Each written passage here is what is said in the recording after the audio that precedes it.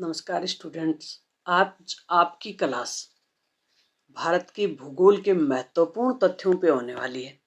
भारत का भूगोल हम क्यों सीखें, इतना क्या इम्पोर्टेंट है। तो प्यारे विद्यार्थियों, बता दें कि भारत का भूगोल है वो केवल एक स्थल की आकृति नहीं है, स्थल आकृति नहीं है। और ये विशेषताएं सिर्फ स्थल आकृति तक ही नहीं है इसमें नदियाँ, हमारे देश में नदियाँ हैं, जलवायु क्षेत्र हैं, प्राकृतिक संसाधन है, पारिस्थितिक की जो तंत्र है वो है, भौगोलिक विभाजन है। तो ये सब इसमें सम्मिलित होते हैं। किसमें? भारत के भूगोल में। तो भौगोलिक जो चीजें हैं वो हमें क्यों समझनी चाहिए, चाहे हम परीक्षा दे रहे हों, चाहे हम परीक्षार्थी हों, कहने का मतलब प्रतियोगी परीक्षा तैयारी कर रहे हों, या हम एक जागरूक नागरिक हैं, तो भी अत्यंत आवश्यक है हमारे लिए। क्योंकि ये जो जानकारी है ये न केवल देश के भूत और भविष्य को जोड़ती है, बल्कि ये जानकारी पर्यावरणीय जो संतुलन है उसका संरक्षण करने में हमारा मार्गदर्शन करती है। तो इसलिए हमें भारत की भौगोलिक जो चीजें हैं, यानी कहने का भारत का भूगोल के महत्वपूर्ण तथ्य हैं, उनको समझना जरूरी है। तो आज हम महत्वपूर्ण तथ्यों को ही समझेंगे कि भारत के भूगोल के महत्वपूर्ण तथ्य कौन से हैं। इन तथ्यों में से वेरी वेरी मोस्ट इम्पोर्टेंट तथ्य हम सेलेक्ट करके लाए हैं।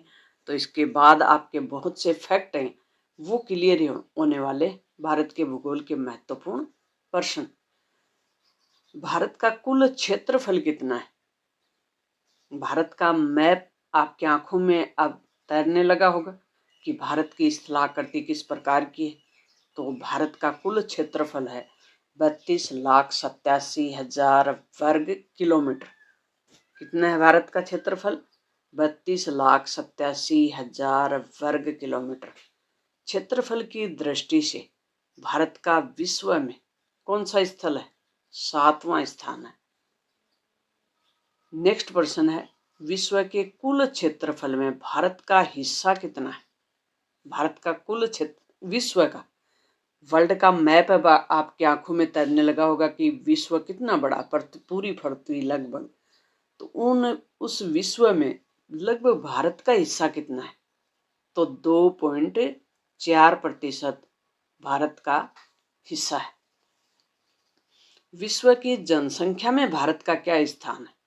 तो विश्व की जनसंख्या में भारत का जो स्थान है पूरा, वह 17.5%। कितने प्रतिशत है? 17.5%। याद हो गया होगा, विश्व की जनसंख्या में 17.5 है और क्षेत्रफल में 2.4 है। कौन सा ज्यादा हुआ? क्षेत्रफल ज्यादा हुआ कि जनसंख्या ज्यादा हुई? देखें, क्षेत्रफल तो 2.4 ही है और जनसंख्या 17.5 है। तो क्षेत्रफल में तो भारत का 7वां स्थान है और जनसंख्या में देखो दूसरा ही स्थान है। और अभी जो नए आंकड़े आएंगे, जनगणना होगी, जो कि 2021 में ही हो जानी चाहिए थी, तो कोरोना की वजह से वो नहीं हो पाई समय पे। कब हो जानी चाहिए थी? 2021 में, क्योंकि हर 10 साल पे क्या होती है? जनगणना होती है। तो जनगणना नहीं हो पाई कोरोना की वजह से। तो ये जनगणना अब होगी 2027 में, इसके रिजल्ट आएंगे। तो अनुमान लगाया जा रहा है मोटा मोटा कि हम चीन से भी आगे निकल जाएंगे। कहने का मतलब हम जनसंख्या में प्रथम स्थान पे आ जाएंगे, चीन को पीछे छोड़ देंगे। अभी चीन है फर्स्ट।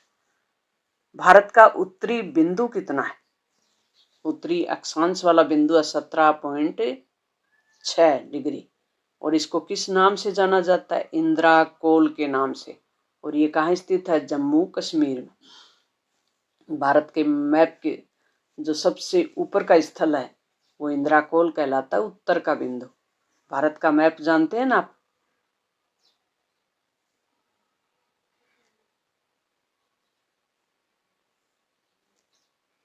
तो ये जो बिंदु है ये इंदिरा कोल कहलाता है। ये 37.6 डिग्री। दक्षिणतम बिंदु जो कि 6.4 डिग्री है, और ये इधर ऐसे फैले हुए हैं अंडमान निकोबार द्वीप समूह। यहाँ पे ये बिंदु है ग्रेट निकोबार में, इसका नाम है इंदिरा पॉइंट, दक्षिणतम बिंदु है। ये उत्तर, ये दक्षिण, तो दक्षिणतम बिंदु है। पूर्व का, भारत का पूर्वी बिंदु इधर पूर्व है, और ये पश्चिम है। पूर्वी बिंदु 97.25 है, किबिथु अरुणाचल प्रदेश में, यहाँ पे है अरुणाचल प्रदेश में। नाम क्या है? किबिथु। कितने पॉइंट पे है? 97.25 डिग्री, यानी 25 डिग्री पूर्वी बिंदु। पश्चिमी बिंदु की बात और कर लेते हैं। पश्चिमी बिंदु कौन सा है? भारत का पश्चिम बिंदु है 68.6 डिग्री, 68.6। नाम क्या है? गोरमठ, गुजरात में है। कहाँ पे? गुजरात में। सबसे पहले सूर्य उदय कहाँ होगा? सूर्य उदय सबसे पहले कहाँ होगा? आपको ध्यान हो, कॉन्सेप्ट क्लियर हो कि सूर्य उदय हमेशा पूर्व दिशा से होता है, ये फैक्ट है। तो अरुणाचल प्रदेश सबसे पूर्वी राज्य है भारत का, तो कहाँ होगा? अरुणाचल प्रदेश में ही होगा सूर्य उदय। सबसे बाद में सूर्य उदय कहाँ होगा? तो जो पश्चिम में होगा, क्योंकि पूर्व का एकदम उल्टा क्या होता है? पश्चिम होता है। तो सबसे पूर्वी पश्चिमी जिला कौन सा है? गुजरात है, तो गुजरात में होगा। भारत की उत्तर से दक्षिण की लंबाई कितनी है? भारत की उत्तर से दक्षिण की लंबाई कितनी है? 3215 किलोमीटर, यानी जम्मू कश्मीर से कन्याकुमारी तक।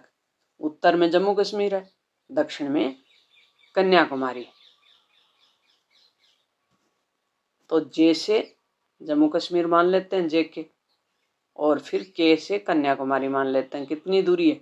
3215 किलोमीटर, यानी 3200 के करीब है। अब हम बात करते हैं भारत की पूर्व से पश्चिम की लंबाई। पूर्व में कौन है? अभी बात की थी हमने, पूर्व में सबसे पूर्वी राज्य कौन सा है? अरुणाचल प्रदेश। पूर्व से पश्चिम गुजरात तक, अरुणाचल प्रदेश से गुजरात तक की दूरी, ए से जी तक की दूरी कितनी है? ए से जी तक की है 2933 किलोमीटर। याद हो गया? भारत की तट रेखा की कुल लंबाई कितनी है? तट रेखा, भारत के 9 राज्य हैं, तटीय राज्य हैं। अगर आपने भारत के मैप को नहीं देखा तो भारत का मैप में तटीय राज्यों सहित सभी राज्यों को भरना सिर्फ 2 मिनट में सिखाया हुआ है। उस वीडियो को जरूर देखें, आपको समझ में आ जाएगा तट रेखा के राज्य कौन से हैं भारत के, और कीवर्ड से सिखाया हुआ है। सेकंड में ही आपको याद हो जाएगा, इतना सरल है। 9 राज्य हैं और इनकी लंबाई कितनी होगी? 7516 किलोमीटर।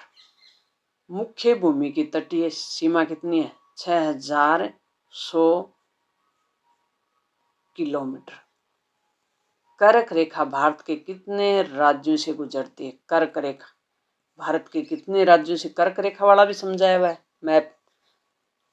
तो जियोग्राफी के लिए मैप बहुत महत्वपूर्ण है। मैप को नहीं समझेंगे तो हम जियोग्राफी को नहीं समझ पाएंगे, क्योंकि पूरी की पूरी जो जियोग्राफी है उसका बेस ही मैप है। तो सबसे पहले मैप ही सिखाया मैंने। भारत का सिखा रखा है, राजस्थान का सिखा रखा है, विश्व का सिखा रखा है, हर महाद्वीप का सिखा रखा है, हर महासागर का।